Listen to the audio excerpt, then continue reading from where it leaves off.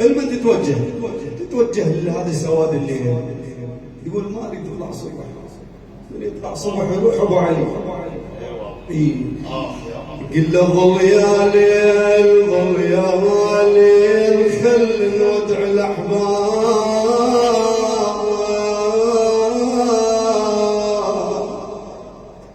وانت قاعد تخيل شلون زينب قاعد يم الحسين اخر ساعات اخر لحظات يتوادعون، باكر سبي، باكر الرؤوس على الرماح، باكر زينب عرايتها محترقه، باكر الاطفال رجليها محترقه من النار، باكر سولف لها الحسين كذا.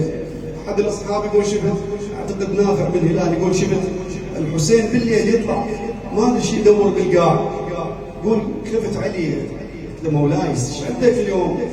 قال له جاي علم هذا يسمونه حسك السعدان. ليش ولا؟ قلت له باكر الايتام تركض وخاف تدوس علي.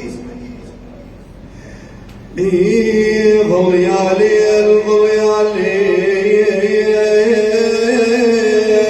خل نودع الاحباب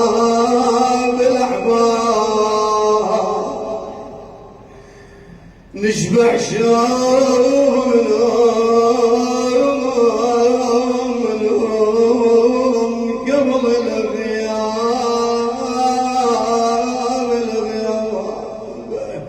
ونعطر هدوم على طياب